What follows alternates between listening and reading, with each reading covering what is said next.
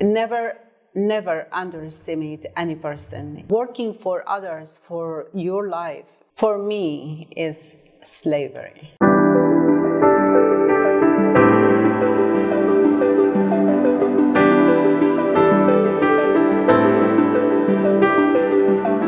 Hey everybody, how you doing? Welcome back to the FY Podcast, where we're finding your inspiration and we follow it.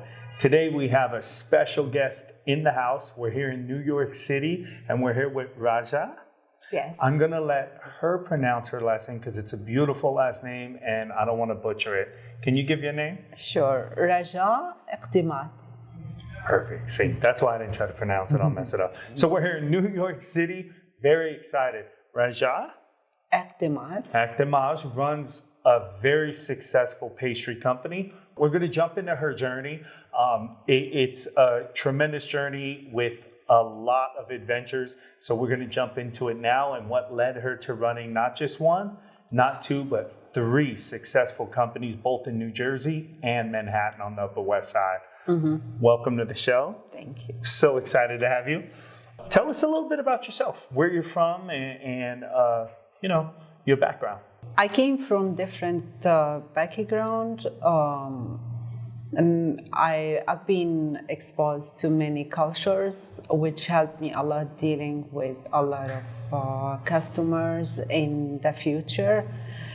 I born in Abu Dhabi and grew up in many countries in my childhood, Libya, Lebanon, Jordan, Kuwait, and then we moved to Turkey, then I moved to California, then New York. Wow. So it's a journey. Yeah, definitely world traveler. What was it like? I've been to Bahrain. Mm-hmm. It's beautiful country. Beautiful country. Yeah. I was there for a week, mm-hmm. and beautiful. So I just wanted to say that. I have traveled a little. Yeah. What was it like growing up over in the Middle East and compared to when you came over to the States? My family we were like 9 childs in my family. Wow. So we're a big family.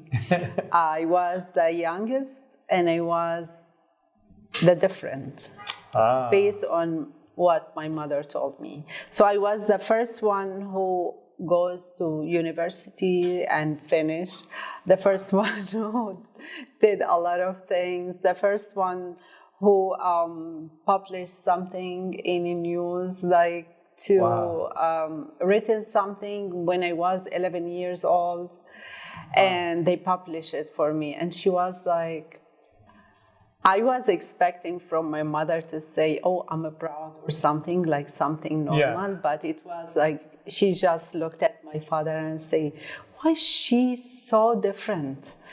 And that was her reaction. Why is she so different? Right. I believe I was different. And they all beautiful. I love them, but I was different in a way. Mm. And I think each family has one member in the family that is different. Yeah. And that person or that family member could be like maybe the safeguard of that family, or maybe created by God to help that family. I hope so. No, I love that. It was just that my question was going to be, what do you think makes you different? I like that it's also like the generations before us that have worked so hard. Mm-hmm. Sometimes maybe that leads to us having a little more opportunity to be different and mm-hmm. Do you think any of that has to do with like some of the sacrifices maybe like your grandparents before them made and you were able Definitely. True.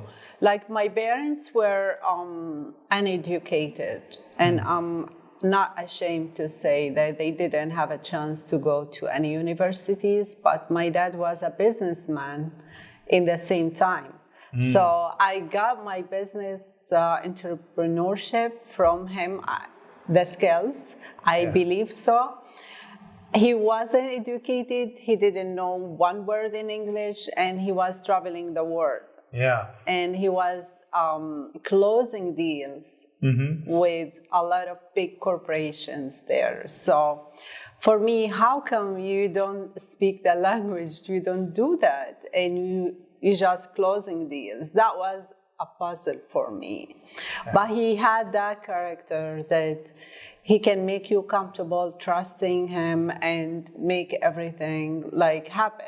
Yeah. On the other side, my mom was like, also didn't finish her high school, but she was a very loyal mother, hardworking. She wanted this family to like her children to grow and to become something, and she was an angel. So for me, this helped me a lot. On the other side, I was like a bookworm. I was reading. I was a student. I wanted to get my MBA. I wanted to go to do a lot of things. I was hungry for everything. So that was my to put it as what you say, that my parents influenced me with their like uniqueness, and I got my thing to complete that. I love that, because your parents, the mixture, your mother's, which is difficult to be a mother and hold a family together like something, that's very difficult. And for some reason, that's one of the things about society today. I don't know about abroad, but definitely Western society, where there's this stigma of holding families together. It's so important. And it sounds like your mother was that type, like the atomic family. Your father reminds me of my father. My father reminds me of myself as well. I'm not, a highly educated person school-wise, but I think I'm a strong, get it done type of person. So I relate a little bit with your father in that sense. But to see that mixture, but then it took you. It took somebody that did the work and absorbed and took advantage of that, I guess the young kids call privilege. I don't know, that word is so weird, but that you had this atomic family and you did the work to suck up the knowledge like a sponge. And you took the gifts that your ancestors instilled in you, the hustle, the loyalty, the faith, and you were able to persevere. True. That's powerful. I love that. I love to hear that. So you come to the States. You went to California first, you said?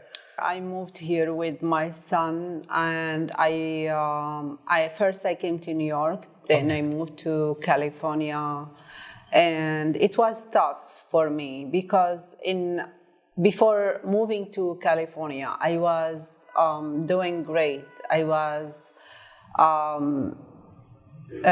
worked as brokerage manager for 2 large banks there. I did a lot in 7 years in Jordan. Wow. And I learned a lot about the financial market. I was trading on all these like derivatives, stocks, bonds. Yeah. So for me, I built a career. But after my parents passed away in Jordan, I felt empty. I felt I don't belong. And I had to move, and personal things happened. I moved to US, and I said I wanna make it here with my son. I came with no license. Like my license, it's not. They don't credit it here in US, so you have to do your license again. Oh. I worked for an insurance company, a big one in California for a year, but I was paying out of pocket because I was insurance agent. Yeah. So I had to support my family, and on the other side, I have to build my career again from scratch. Oh my. So I worked hard, and 2008, 2008 the was crash. the crash. I was working at Countrywide as a loan officer at the time. So you are related. Yes, I left the industry to pursue entertainment. The layoff started. Yeah. So they laid off everyone, literally. Yeah. Although I was paying out of pocket, I have to be also out of work. Oh my God. So I stayed on unemployment for 6 months or 7 months. It was really tough because I barely can afford paying rent and the 300 remaining to live with my son on like food and emergency. It didn't get better in California because California is the film industry, it's not the financial industry. Right. And the experience I have is all finance. So I took one of the biggest decisions in my life back then, and I say, I'm moving to New York, where Wall Street, everything in New York. Yeah. And everyone say, you crazy, did you land any job offer? Do you have anything there? You know someone? Right. I said, no. We had to rent a U-Haul truck and put all our stuff and drive from the West Coast to the East Coast. Oh man, it's a long trip. It took us a week Yeah. to arrive.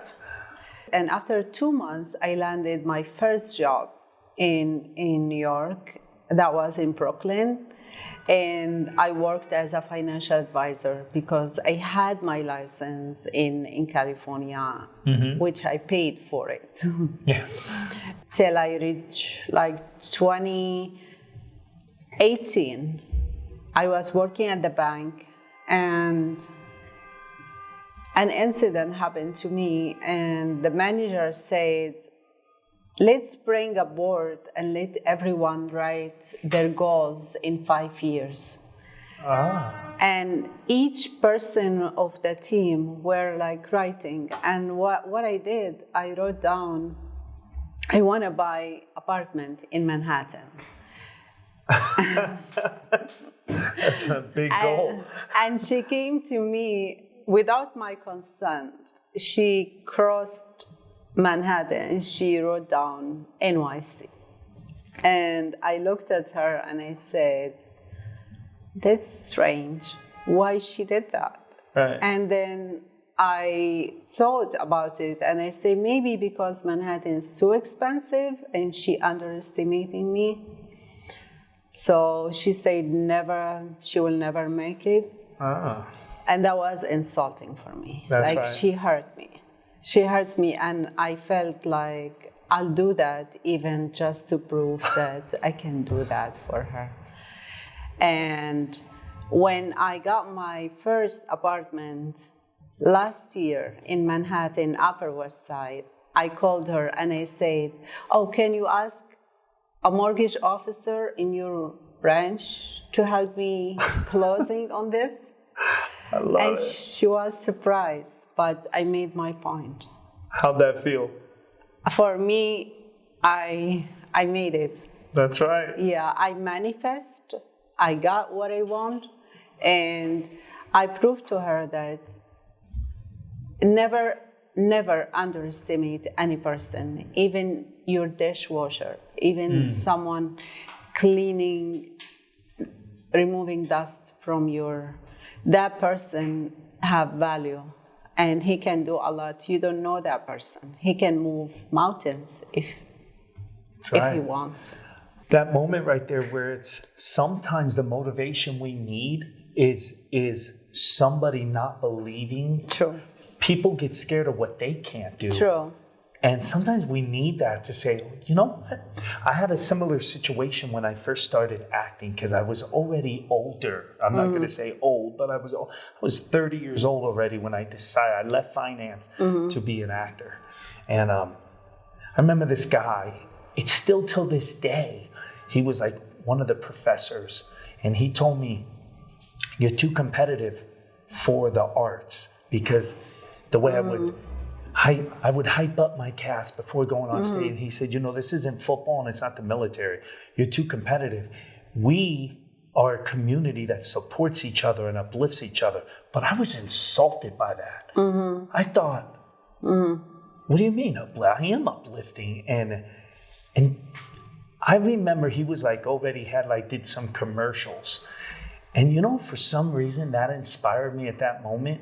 And there were other people too, people in my class that were like the cool actor kids. Mm-hmm. It inspired me to be the guy that isn't from the arts that was going to make it because of that. And, after writing and directing 4 of my own shorts, a feature, doing 30 different productions around the world, sometimes I just think of those people that aren't even acting no more. And I don't know why, but I go, where are you at now? And that's so mean, but it fueled me. True. And I still think of that, and I think that's okay. Yes. Sometimes you have to take that negative and be fueled by it. Not everybody needs that approach, but I agree with you. I took that like as an insult and said, okay, you don't think I'm meant for this? We'll see. And it pushed me through. Exactly. And I thank her. Yeah. And I love her. And I tell her, I don't hate her, I love her. And I told her, oh, you contributed in this. Okay, so we make a transition. You're in New York City. How do we get into the pastry business? Sure. Into the restaurant business? That's what I want to know. So I had my best friend. She is not from here. She is Jordanian, and she's a businesswoman, and she is always inspiring me. And she told me something: don't wait for a man to buy you the boat or the house or the mansion or Porsche or anything. Buy it, then find the man who can afford it. And when she said that to me years ago, I said, that makes sense. Why not? Yeah. You have to start working for others to learn. Yes. It's fine. 5 years, 7 years. But then you have to find your own passion and start your own thing. And working for others for your life is, for me, is slavery. You're slaving. You are a slave for that corporate. You have to be free, even if you're not making the same money. Yeah. You can make a lot of money as executive. Sure. In any corporate, but you're still working for them. Right. You're not building for you. So I believed in that, and I said, no, I'm not keeping working, especially in certain age. I had it. I had the knowledge, I had experience, I had everything. What I'm waiting for. So I felt super hungry for ideas, and I started drawing down ideas. What should I do? Is it idea I can sell it online? Is it idea I can do it somewhere? Is it retail? Is it restaurant? Is it product? Is what? Yeah. And I saved some money aside. You have to save some money aside because you don't want to get people, you don't want to risk people money in the beginning. Right. You want to take your own risk. Right. So I saved a sum of money aside, not too much. I'm not saying too much. Yeah. You just need a little to start anything. What would you say percentage-wise? So not a dollar amount, but maybe like a good, for people listening, what's a good percentage of maybe having your own liquid that you're willing to lose? So if your business is going to be $1 million startup, is there a percentage? Someone should 10%, something? If you're talking about savings, not less than 15% you have to put aside every month. Okay. But what I meant that you want to start a business and to take that risk and to quit your corporate job. Right. If you have a family and you need to provide and you have to put food on the table, sure, you cannot take that risk. I was a single mother. Right. And I said, let me wait till my son graduates. Then I start. Okay, very smart. So once he's graduated on his own, I felt it free. Now it's on. I felt like a you're bird. In control. It's your own risk. I love that. And you say, now I gotta do what I like. Yeah. Yeah. You don't take risk on their account or. Of course. someone has to provide. So I did that. I waited. Then I said, I reached to this point. I really want to do it. And I say enough is enough. I had to be my own boss right now. 2019, I was talking to my friend. He's French chef. And this is his work, not my work. But I handled the business side. He handled the kitchen side. Okay. I told him we start with selling online. I know online, selling product online won't get you that much to support two families. Right. And he has even other families to support. So we thought about retails. Then it started with the first one in New Jersey, Cranford. And we started that shop. I have no experience in retail. I just handle everything. I decorated the place. I did everything. I hired. We did everything. That was January 2020. And guess what? What? 2020 was exactly. Oh, shut us down. The world goes into shutdown. This is devastating for businesses, especially for businesses that just start up. Sure. Tell us, what was that like? Okay. We opened our doors on January 2020. The first 2 months were excellent. We were like having lines inside, outside. By March, everything locked down, everything. So we had to find a solution. We cannot risk it. I already put all my savings. He already put everything. And he has family, I have family, and we need to make it happen. Yeah. So we started baking bread. We used to bake only croissant and pastries, but during COVID, you're not allowed to open unless you selling essential products. So we started the bread, even like few items, so people can buy bread and other things. Okay. And we start taking order by sign language from outside. I was inside, he was in the kitchen, and the customer outside, and we start pointing on everything, hand off everything, taking a lot of precautions.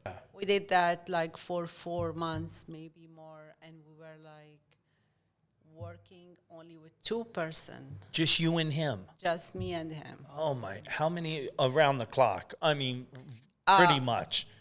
Not less than 10 to 12 hours every day. Okay. He start around 4 and I come by 7. Wow. And we close by 5 or 6. Were you just making it with this the way the sign language, or Yeah. were you weren't making profits yet, but you were paying, or were you making profits? We were making, it was Wow. the blast. It was the best year of our business. Wow. Yeah. People felt that we bringing the experience of Paris to them. It worked. We made it. It was tough, but it was profitable. You take tragedy and turn it to triumph. I'm getting the vibe sitting next to you that you're the type of human being that constantly finds the way. Yes. And succeeds. This is definitely true. I could feel the energy from you. So that's inspiring. Thank you. And that's great because I think that's, unfortunately, for most of us, that's the only way we're going to find success, is to constantly stay open and pivot and find every way you Never can. give up. Never give up. Never It's give up. impossible for some of us. Exactly. I love that. So you have one store at the time. That was in Jersey, right? Correct? What about today?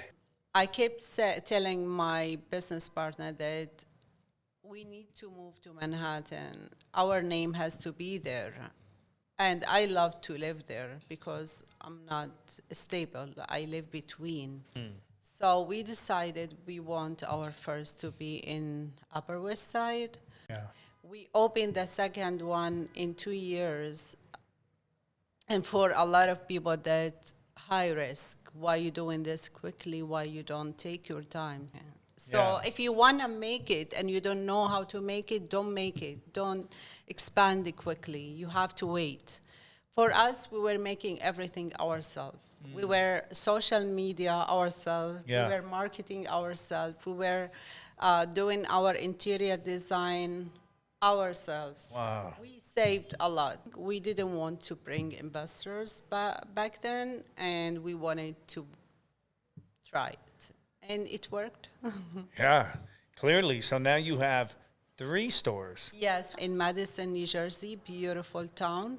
Wow. High-end, very groomed, beautiful, and even the place there is very big with a lot of seating inside. Yeah. Gives you the impression of French cafe. Oh, I love it. I can't wait to try it out. I want to touch on entrepreneurship. Would you agree, as a successful entrepreneur yourself, that you're going to put more time, more hours, more stress, and if you don't have the fortitude to be 150% in, willing to stay up late nights and risk your own, you said, your own money, with the odds that it may not succeed. You have to have all that. So I think it's important to point out to people that being an entrepreneur, you're going to work a lot more than working for a company, but the rewards of it are what you said. It's rewarding that it's you. What I love that you mentioned about your companies, that you did your own social media. You and your partner did your own social media. You decorated the store. And you don't come from a French bakery background, but you learned, you found love and passion in it. True. I think it's important for people out there listening that if you have a passion or a love that's unquenchable for something, yes, open your own businesses, find a way, but you have to be willing to do that. Otherwise, it could be a very unrewarding, and it's just better to go work for a company. And yeah, you're making other people rich, but you're also getting a lot of benefits. So it's important, especially for the residents in the buildings that I speak to, that I'm doing this for. Working for somebody is not a bad thing if you make sure you're getting your benefits. And but if you have a spark for something you love, I think Raja's story, she's the right kind of person to listen to, right? But 100%. Okay. I just wanted to point that. What you say, 100% true. Yeah. Today, what's the plan moving forward with the company? Where are we going with it? You have 3 stores. Are we getting contracts with? You have to name if you're doing any of that. But what's the plan? Are you thinking? What are you thinking big? What's your 5-year plan for this company? Okay, thank you. So I've been receiving a lot of good opportunities from high net worth customers coming, visiting us, adoring everything we make. They say, we're willing to invest. We want you to come to our building to have your French bakery downstairs. You have it in the first ground floor. I've been receiving that, and I need to write down my 5 years plan to expand. But again, we expanded. We consider very aggressive compared to others, like to open 3 Délices macarons in quickly. Yeah. So for us, it's like we gotta start making money, because we putting everything we made in these locations. We didn't even enjoy our life. Yeah. And that back to what you said. They saying, work smart, don't work hard. Right. I don't believe in that. Right. You work hard the first 3 years, 4 years. Don't tell me work smart and you didn't even start it. Right. Everything you start, you have to work hard. You work hard 15 hours, not even 12. I work hard. I leave after 12 hours. I work another 3 hours from home on my laptop. Yeah. So it's 15 hours working every day. Yeah. I have no personal life. I have nothing. So don't tell me work smart on my baby, on my new idea. You Right. know, we all gotta work hard in the first. We have no life. Right. And after that, you can work smart. Yeah. So just giving ideas to a new young generation that you gotta work smart, don't work hard, I don't believe in that. Yeah. And that is, for me, is it's not the right thing to say to young generation. Don't tell them work smart, don't work hard. Is there a franchise in the future? Maybe will people be able to? There will who be a knows? lot of things, but again, you need a great team Yeah. to do that for you, and you need to think wisely and spend your money wisely, because if you keep spending right and left, you're not making money. You keep working hard. Yeah. And we reach to the point that work smart. After 5 years, yes, you gotta work smart, because there is no meaning to work hard for 20 years or 15 years. Right, right. Right now, you're planting the seeds everywhere. You got it going. True. You're putting the seeds, and then True. there's going to be a time where a sprinkler is going to water those seeds, True. right? And then they'll grow, and Then- you can enjoy your life and the fruits of your If labor. you building an empire, after seeing the empire solid, or a tree or a mountain, you don't need to do anything. You just need to maintain it. Yes. Yeah. I love that. Okay, so now we got to the part of the interview where I put my guests on the spot and I asked them to look at the camera and give a message from their own words of inspiration for anybody out there listening that might be, relating to this interview. Thank you, Paul. So for me, it's like all about faith. You have faith in yourself. You have faith in others. You have faith in what you're doing. Faith in your abilities. Human creatures, we are unlimited. We can do everything, but we had to work hard and have faith, and we will make it. Again, it's